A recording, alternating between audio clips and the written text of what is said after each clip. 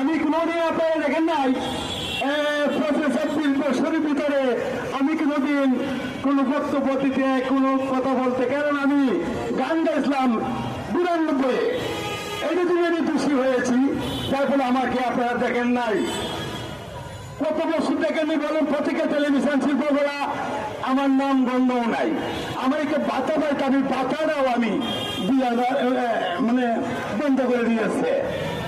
আমার কথা হইল এই দেশ এই 3 দিন না আরো দিন আছে, এই দিনে তোমরা নিচে সেই দিনের গেছে, সেই গানের মাধ্যমে প্রাথমিক শিক্ষা বাধ্যতামূলক হয়েছিল।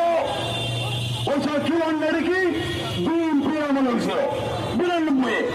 আমার উস্তাদ হুমায়ুন আহমেদ এই গানটা লিখে দিয়েছিল। আমি আজকে অনেক বছর ধরিয়া খুব কষ্ট করতেছি, এই বয়সে আমি দাঁড়িয়ে আছি। ওই দিনকে সেদিনের কাছে তোমরা আনিস, তোমাদের পাশে আমি আছি, আমি তাকিয়ে চাই। ধন্যবাদ সবাইকে।